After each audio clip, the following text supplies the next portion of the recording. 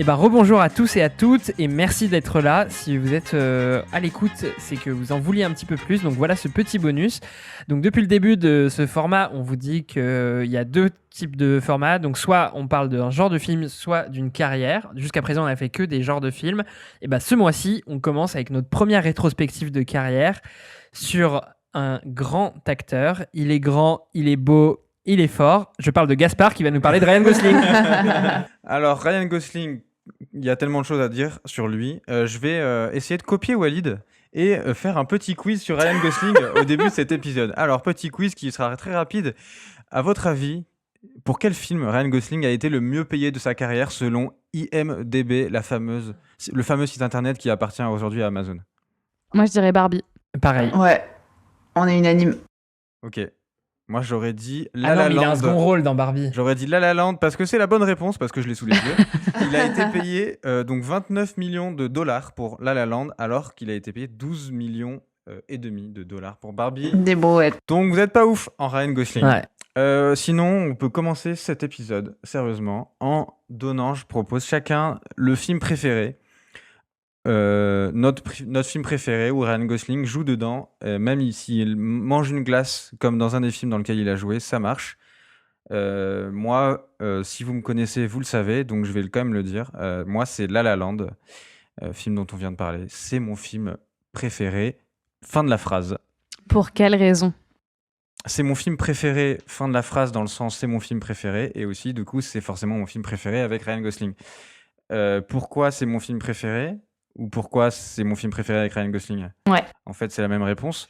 La réponse, c'est que, en fait, j'ai pas les mots, voilà, tout simplement. Pourquoi j'ai pas les mots? C'est parce que ce film a totalement transcendé. Je veux dire que la vie que j'ai eue après avoir vu ce film n'a jamais été la même, étant donné que j'ai tous les jours pensé à ce film. Tous les jours, je pense que j'abuse, mais j'en ai beaucoup pensé et aussi parlé. Parce que à chaque fois que je le revois, je me dis que c'est...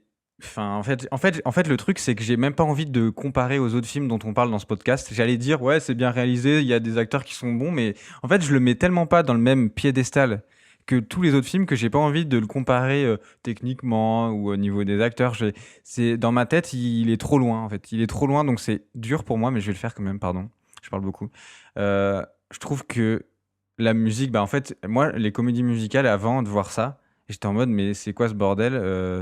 Et en fait, c'est génial.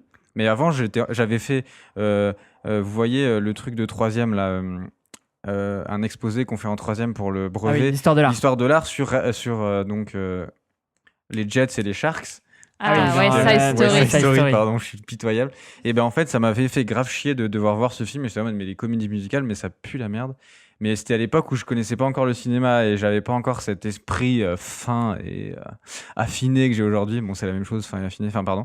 Enfin bref, voilà, je sais, en fait, je suis très mauvais pour expliquer pourquoi j'aime ce film, mais je l'aime plus que tout. Voilà, je vais laisser la parole parce que maintenant, ça fait beaucoup trop de temps que je parle. Allez, à vous. Moi, j'ai eu du mal à savoir lequel je préférais. En vérité, j'en ai pas vraiment de préféré, mais je dirais N'oublie jamais. Puisque c'est un des premiers films à succès de Ryan Gosling et en tant qu'adolescente adorant les comédies romantiques, quand j'ai découvert, du coup ça n'est pas du tout une comédie, c'est un drame romantique, mais quand j'ai découvert N'oublie jamais, j'ai trouvé ça bouleversant, transcendant et c'est là que j'ai découvert Ryan Gosling, donc autant dire ce film. À vous l'honneur, Sner. Et pareil, qu'est-ce que t'as aimé chez Ryan Gosling dans ce film? À l'inverse de ces autres films où je trouve que pendant longtemps on a quand même représenté son sex appeal, il était un peu ténébreux, un peu bad boy. Je trouvais que dans N'oublie jamais, il était très random guy. Et qu'est-ce que j'ai aimé? En vrai, j'ai aimé la relation avec comment elle s'appelle? Rachel McAdams. Je trouvais ça hyper sincère, hyper authentique. Je trouvais qu'ils jouaient tous les deux hyper bien et voilà, j'ai eu envie de suivre Ryan pour la suite, quoi. Et toi? Comme le monde entier, d'ailleurs. C'est pas que toi. C'est vrai. Moi, mon film, mon vrai film préféré de Ryan Gosling, c'est La La Land. Mais je pense que comme Gaspard en a parlé, il a bien défendu, je vais en citer un autre. Mon deuxième film préféré avec Ryan Gosling, c'est Blue Valentine. Et en fait, j'aime ce film parce que moi, je crois que même si je trouve qu'il est très très fort en comédie, c'est un des acteurs qui me rend, qui est capable de me rendre le plus triste et qui est le plus capable de me transmettre une émotion négative, parce qu'en fait, il parle très peu et il a un truc corporel et avec ses traits de visage qui fait que dans ses yeux, il est capable de transmettre une tristesse infinie. Et je trouve que dans Blue Valentine, qui est l'histoire d'un mariage qui est en train de tomber en morceaux, en fait, il y a beaucoup de moments de joie alors qu'ils sont en train de se déchirer. Et vraiment, je le trouve tellement fort dans sa capacité à créer quand même un peu de la joie dans un moment vraiment de tristesse infinie. Et voilà, ce film, il m'a bouleversée. Je pense qu'il m'a même presque traumatisée, tellement je le trouve triste. Et j'ai peur de le revoir, en fait, tellement ça m'a rendu triste.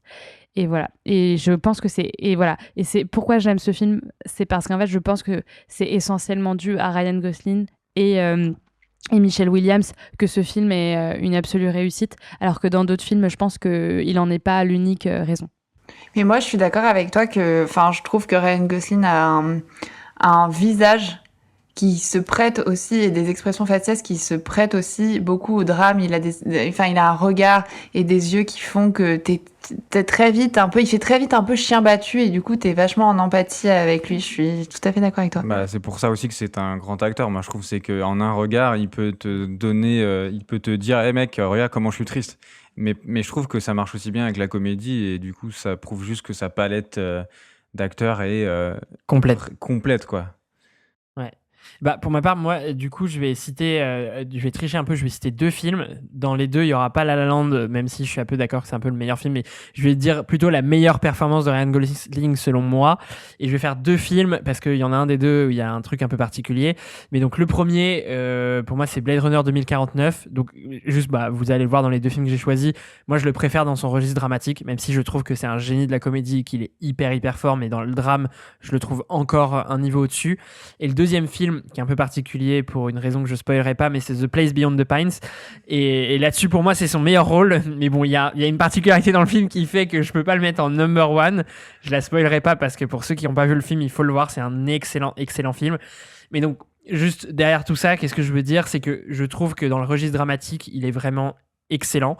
Il y a eu un moment où il était un peu critiqué dans son registre dramatique il dit pas grand chose dans les films et il a une expression assez une seule expression en fait de visage, et je trouve que dans ces 2 films là, il montre que c'est pas vrai. Donc dans Drive, je trouve que l'écueil est un petit peu vrai, même s'il y a des scènes où ça se fissure et Drive, c'est là où Ouais, Drive, c'est un peu même limite à la caricature, tu vois, du truc de j'ai aucune expression, je suis le visage fermé tout le temps, je suis impassible, même s'il y a quand même quelques scènes qui fendent l'armure, mais bon, voilà, c'est là-dessus. Et par contre, dans Blade Runner 2049 et dans The Place Beyond the Pines, je trouve que les 2 réalisateurs ont bien compris que, en fait, la mono-expression, pour que ça fonctionne, il faut qu'il y ait des moments où elle explose et que là, il montre un peu tout son jeu, toute sa palette de jeux. Donc, dans Blade Runner 2049, il y a beaucoup de scènes où, pour résumer très très très rapidement, il joue un personnage qui est censé être un robot, donc qui est vraiment un cyborg, quoi, donc qui est pas censé avoir d'émotion. Donc ça colle vraiment bien avec sa palette de jeux, sauf que c'est un cyborg qui se prend à avoir l'espoir d'être en fait un humain. Donc en réalité, un humain, je le caricature un peu parce que c'est pas exactement ça, mais bon, voilà. Et du coup, au travers de ça, il va commencer à avoir de plus en plus d'émotions, à montrer de la palette de jeux un peu plus complète, des plus d'expressions. Et c'est là où je trouve qu'il est génial. C'est vraiment toute cette palette complète de mono-expression qui se fend au fur et à mesure. Et dans The Place Beyond the Pines, pareil. Je trouve que il y a une scène, il y a tout le film où il est vraiment très impassible. Et la scène de braquage, par exemple, il est en explosion, genre ça hurle, il est en furie parce qu'en fait il est hyper stressé, c'est hyper dur et j'adore, quoi. Je trouve qu'il est très très fort dans ces 2 rôles-là. Prochain sujet, c'est une question pour vous, mes chers. Une question qui porte débat, parce que peut-être qu'il n'y a pas de réponse, c'est: est-ce que vous préférez Ryan Gosling dramatique ou comique? Et c'est une bonne question parce que j'allais aussi rebondir sur ça, Walid, en te demandant, parce que j'ai entendu que là tu valorisais la performance comique de Ryan Gosling, alors que quelques mois auparavant tu avais envie qu'il retourne au drame. Ouais. Du coup, Walid, je te laisse commencer avec cette Et question. comme je l'ai dit, je le trouve excellent en comédie, mais en fait en drame, je le trouve encore meilleur. Et donc oui, c'est vrai que j'avais fait cette blague pour notre premier épisode à l'époque, sur le top 10, en disant que mon flop de l'année, c'était le tournant comique de sa carrière. Et en fait, donc c'était déjà de la blague et de l'exagération, mais là où je trouve que c'est un peu too much, c'est que je trouve que dans son côté dramatique, il a quand même fait des très grands films et qu'il apporte une dimension hyper forte à des grands films. Enfin, Blade Runner 2049, pour moi, c'est un grand film. Et dans les films comiques, je veux pas mépriser, mais je trouve qu'il y a un peu moins d'ampleur, même s'il est hyper fort, mais je trouve qu'il s'inscrit dans des films un peu moins d'ampleur. Enfin, Barbie, je trouve que c'est plus modeste, même si The Fall Guy, j'ai beaucoup aimé, mais en fait, je serais plus pour un équilibre, en fait, qu'il revienne un peu au drame et qu'il se réinscrive dans ce genre-là. Et surtout, là, il y a un tournant qu'il a un peu eu avec The Gray Man, qui, lui, par contre, je ne veux pas y aller. C'est le truc de comédie, d'action, premier degré. Genre de devenir un super-héros d'action. Ça, je trouve que c'est pas pour lui. Après, moi, je vous pose une question, mais je sais pas du tout si c'est la vérité. Mais j'ai l'impression qu'il y a quand même beaucoup d'acteurs d'Hollywood qui, dans leur jeunesse, faisaient des rôles un peu de ténébreux, amoureux, très deep. Je pense notamment à Leonardo DiCaprio ou à Brad Pitt, et qui, en fait, dans un tournant de l'âge, un peu comme c'est le cas de Ryan Gosling, du coup, se retrouvent quand même dans des rôles plus comiques, des rôles un peu plus second degré, là où peut-être que les réalisateurs voient un peu moins en eux le potentiel qu'ils avaient dans leur jeunesse. Je sais pas si ça a rapport avec ça, mais je trouve que vraiment on voit ce tournant pour la comédie chez beaucoup d'acteurs un peu de la même veine que Ryan Gosling. Mais du coup, oui, je suis assez d'accord. Enfin, Brad Pitt, je trouve qu'il fait quasi que ça maintenant, et j'ai l'impression. Et là, il y a eu la bande-annonce de son nouveau film, La Wolf, avec George Clooney. Pareil, comédie d'action pardon. Donc j'ai l'impression que ça joue un peu là-dessus, ouais. Et toi, Snéha, si tu devais répondre à cette question? Moi, je trouve que là où il est le meilleur, c'est dans les comédies romantiques. Parce qu'en fait, je trouve que là où il est le meilleur, c'est quand il donne, quand il est dans un duo avec une fille, en fait. Je trouve que vraiment tous les films que j'adore, c'est The Place Beyond the Pine, Blue Valentine, La La Land, et c'est que des films où il y a une histoire d'amour entre deux personnes, ou en tout cas une relation très forte.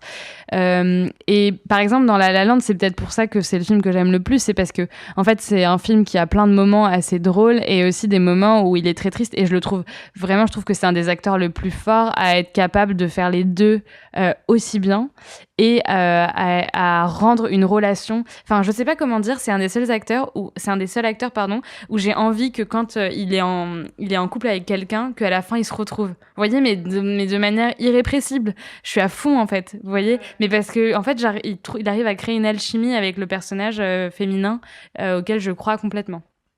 Et toi? Moi, sur ce sujet-là, je trouve que c'est hyper difficile parce que j'ai l'impression qu'en fait, quand on regarde les plus grands films de l'histoire de l'humanité, là par exemple, je suis sur IMDb et je vois les premiers films, en fait, c'est jamais des comédies. Les films dont les gens, mon film préféré, c'est pas une comédie. Le meilleur film sur Allociné, c'est pas une comédie.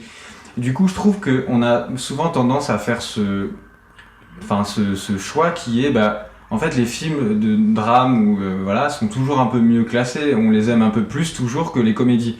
Alors, je sais pas pourquoi, mais du coup, je trouve que ça a du sens de dire ça dans la question que je pose. C'est parce que, du coup, moi, par exemple, je vais toujours un peu préférer les drames que les comédies et donc préférer les rôles de Ryan, mon ami Ryan, dans les comédies plutôt que dans les drames plutôt que dans les comédies. Parce que pour moi, c'est lié à ça. Le plus gros film, le meilleur film sur IMDb, c'est Les Évadés. Ensuite, on a La Liste de Schindler, etc., etc. Ouais, c'est clair. Enfin, moi, je trouve que là où je suis assez aligné et que ça revient un peu au point de Nina, c'est que Ryan Gosling, Brad Pitt, etc., ils sont autorisés ce tournant dans leur carrière parce qu'ils ont réussi dans le drame et que maintenant, ils se disent, on a tout fait dans le drame. on peut se permettre entre très grosses guillemets cette récréation. Enfin, en vrai, je trouve pas que ces deux acteurs, par exemple, qui arrivent dans la comédie en se disant c'est un genre sacré, je vais m'y impliquer à 2000%. Genre, ils sont là, ils s'amusent. Ryan Gosling, il prolonge le plaisir en promo à continuer à faire des blagues, etc. Il vient pas en disant la comédie pour moi c'est tout, c'est sacré, c'est un genre où je vais m'investir à 2000% comme je me serais investi 6 mois avant dans un rôle dramatique. Tu vois, ils viennent dans une période de leur carrière plus légère.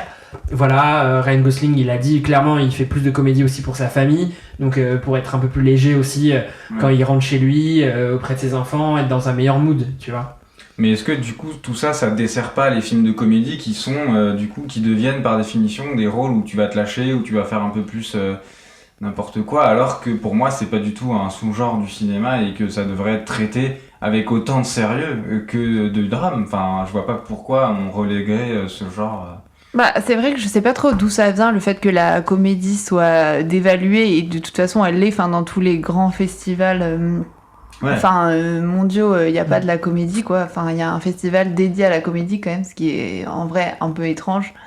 Mais en fait, moi, c'est une question que je trouverais intéressante de poser justement à des acteurs qui ont fait à la fois du drame et de la comédie, parce que j'ai l'impression qu'en tant que spectateur, on a l'impression que c'est plus facile en fait de jouer de la comédie, là où je suis pas sûre que ça soit plus facile. J'imagine que ça dépend du registre dans lequel tu es plus à l'aise, mais pour les gens qui ont fait les deux, je trouve que ça serait une question intéressante. Et moi, j'ai une dernière question pour finir. S'il y a un film de Ryan Gosling que vous aimeriez voir, que vous n'avez pas encore vu, ce serait lequel ? Eh ben moi, tu as tout à fait répondu à cette question en citant Blue Valentine, parce que je suis un grand fan de Ryan Gosling, objectivement, mais de Michelle Williams. Et donc, voir les deux ensemble, voilà, ça me hype à max. Moi, je dirais Song to Song parce que je vais faire pénitence en tant que cinéphile, mais j'ai jamais vu de film de Terrence Malick. Donc, je me dis qu'à un moment, il faudrait que je m'y mette et que je me fasse un peu tous ces films. Et donc, du coup, dans cette dynamique de rattraper un peu Tree of Life, etc., Song to Song, ça ferait partie aussi des films à rattraper. Moi, ça serait Drive, que je n'ai pas vu. Et toi ? Moi, ce serait Daniel Balint. Waouh. En vrai, je vais arrêter de faire genre je suis cinéphile. En fait, en préparant le podcast, j'ai vu qu'il avait tourné dans un film où il jouait un juif qui était membre d'un parti néo-nazi. Et le film a l'air vraiment très bien et c'est un de ses premiers films et franchement, ça m'a grave donné envie. Voilà, donc... Est-ce que vous savez s'il a galéré ou si c'est de fait son expérience dans le Disney Club a fait que ça s'est enchaîné facilement ? Non, il a méga galéré. En vrai, il a méga galéré. C'est-à-dire que après le Disney Club, il a fait plein de séries un peu bidons, genre Le Jeune Hercule, etc. Il a fait des films pas terribles. Après, il a eu une phase d'horreur. où... film d'horreur aussi un peu série B, un peu nul. Après, il a eu une phase où il a grandi, s'est transformé physiquement et il n'était pas du tout le playboy avec du sex appeal incroyable. D'ailleurs, c'est marrant que t'es dit tout à l'heure dans The Notebook, il a un look lambda. Le réalisateur, il avait très clairement dit sur Ryan Gosling, pour l'anecdote, je l'ai choisi parce que justement, il a ce look lambda. Ah ouais, il est très random guy, ouais. Donc vraiment, donc il a eu cette galère-là et The Notebook, ça a été un peu le tremplin. Et puis en fait, il a eu plusieurs tremplins dans sa carrière. C'est-à-dire que The Notebook, c'était déjà son accession à des films un peu plus, pour le cinéma, etc., un peu plus identifiés. Après Drive, c'est l'explosion, genre mégastar, oufissime, etc. Et là, je trouve que depuis La La Land, il est dans une nouvelle phase de sa carrière où il montre qu'il est capable de faire de la comédie, de faire plein de choses. Donc, je trouve qu'il y a un peu ces 3 tremplins dans sa carrière, quoi. C'est hyper intéressant. Merci pour cette réponse. Et ben voilà pour ce mois-ci, pour la carrière de notre ami canadien Ryan. Rendez-vous dans son restaurant marocain à Los Angeles pour déguster un petit tagine. Et nous, on se retrouve en juin. Salut à tous. Salut. Salut.